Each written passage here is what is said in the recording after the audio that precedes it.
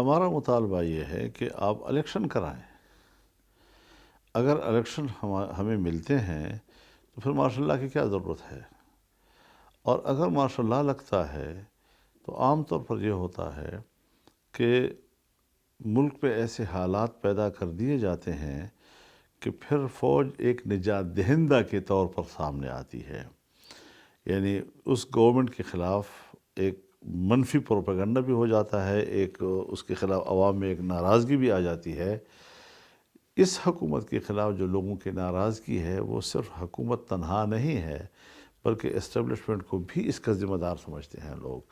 لہٰذا مجھے نہیں لگتا کہ ہماری اسٹیبلشمنٹ جو ہے وہ ان لوگوں کو اقتدار پہ لانے کے ذمہ داری سے مبرہ ہیں اور بری الذمہ ہیں۔ تو یہ چیز ملحوظ نظر ہے کہ اس طرح قوم ان کو نجات دہندہ تسلیم نہیں کر سکے گی۔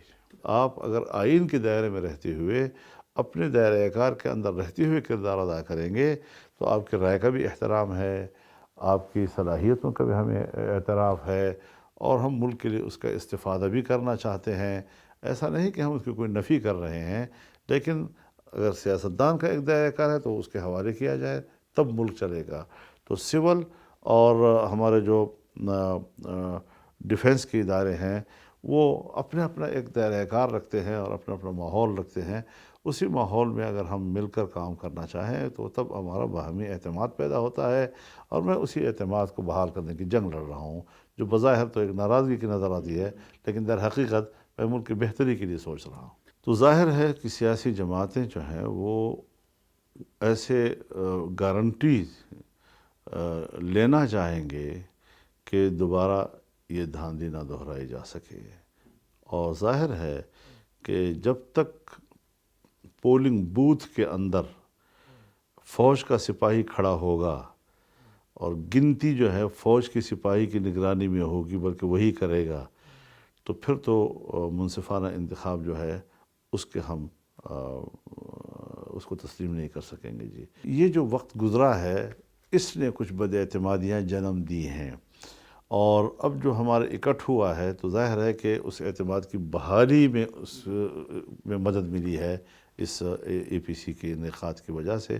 یہ بھی طے ہو گیا کہ تحریک چلانے کے لیے ایک رہبر کمیٹی بنائی جائے جو آگے اقدامات کے لیے حکمت عملی وضع کر سکے۔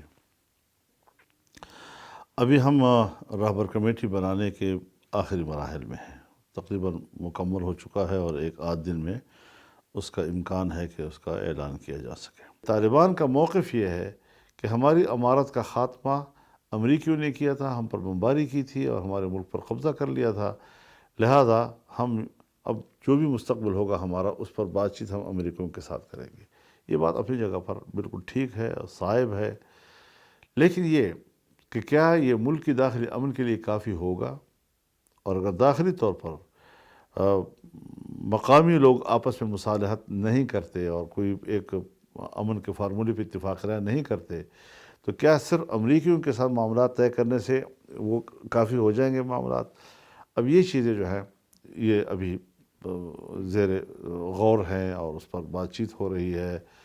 تو اس لحاظ سے میرے خیال میں ہمیں ابھی کوئی زیادہ پر امید بھی نہیں ہونا چاہیے